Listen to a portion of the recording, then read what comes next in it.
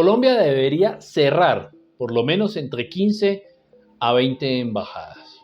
Pero bueno, como yo sé que a algunas personas les gusta que les traigan cifras, se los voy a demostrar. Lo primero que quiero aclarar es que obviamente los puristas, por así decirlo, de la diplomacia, dirán que la labor de un embajador es representar al país, asistir a eventos, mostrar lo hermosa que es Colombia y sí, estoy de acuerdo con ello.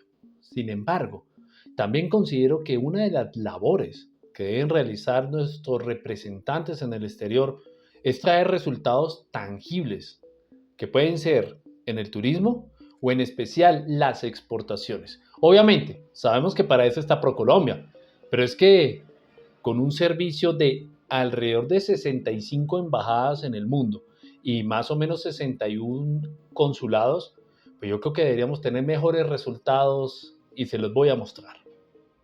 Lo primero que debemos anotar es que en el 2023 Colombia exportó 49.227 millones de dólares.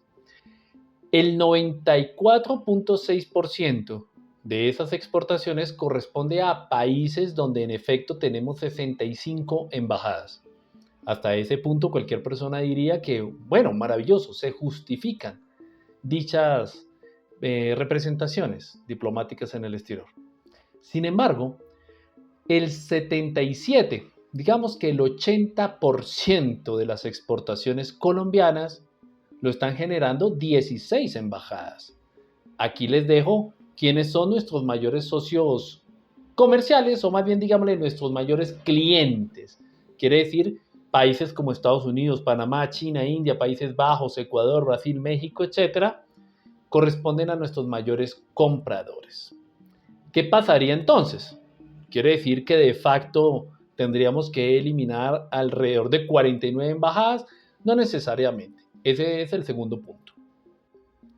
El tema aquí es que el resto de las embajadas empiezan a aportar a las exportaciones en cifras que van ya más o menos de 600, 500, 400 millones de dólares.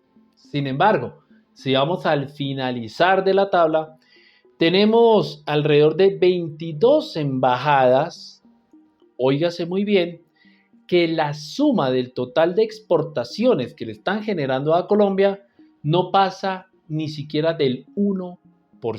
La suma de todas esas 22 embajadas. Y es que tenemos representaciones en Azerbaiyán, Kenia, Argelia, Ghana, Indonesia, que es un caso especial que voy a tocar, Filipinas, Líbano, Vietnam y obviamente Santa Sede, a la cual no le exportamos ni un solo dólar. Y es a lo cual me voy a referir ahora.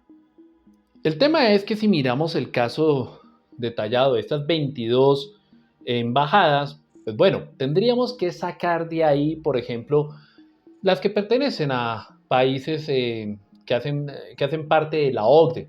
Obviamente estamos hablando de casos como Austria, Hungría, Grecia, Portugal, Dinamarca y Suecia, que aun cuando no pasamos de 50 millones de dólares de exportaciones a cada uno de estos países, pues deberíamos trabajar en afianzar las relaciones que ya el pertenecer a la OCDE nos pueden brindar. Tendríamos que mantener, obviamente, embajadas que aun cuando no les estemos exportando mucho, pues son hermanos de la OEA, como Paraguay, Uruguay, Trinidad, Tobago, Nicaragua e inclusive Cuba.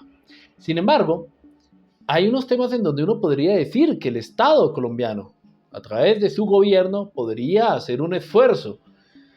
Por ejemplo, en Italia, tenemos embajador para Italia y tenemos embajador para la Santa Sede. ¿Por cómo es posible que no podamos tener un solo embajador que cubra esos dos frentes? O como lo acabo de mencionar, países en Azerbaiyán, donde solamente exportamos 216 mil dólares en todo el 2023.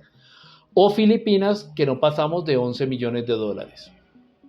Y el último punto en donde sí llamaría la atención, especialmente a los congresistas de este país, qué están haciendo desde el punto de vista de control político, desde el punto de vista del control de lo que está haciendo el Estado, es que me sorprendió ver un caso como el de Indonesia, donde no solamente hay embajada, sino oficina de ProColombia. Y el caso corresponde a que, óigase muy bien, en el año 2022, saliendo del gobierno de Duque y ya en el entrante de Gustavo Petro, Se exportó a Indonesia 239 millones de dólares. Pero me sorprende ver cómo en el 2023 las exportaciones fueron solamente de 8.3 millones de dólares. Ese es un jalón de orejas para la oficina de Procolombia que está allá. ¿Qué fue lo que pasó? ¿Qué está sucediendo? Eso es, pues obviamente, preguntas que tenemos derecho a hacer los ciudadanos. Con esto que les acabo de decir, la reflexión es muy sencilla. No podemos seguir mal acostumbrando a los gobiernos a que pueden aumentar y aumentar su burocracia sin generar resultados. A seguir proponiendo reformas tributarias como la que está proponiendo otra reforma de este gobierno o los que vayan a venir en adelante. Tenemos que unirnos en una sola voz y decir, no más politiquería y sí más resultados. Que tengan buen día y si piensas como yo, recuerda seguirme y compartir este video.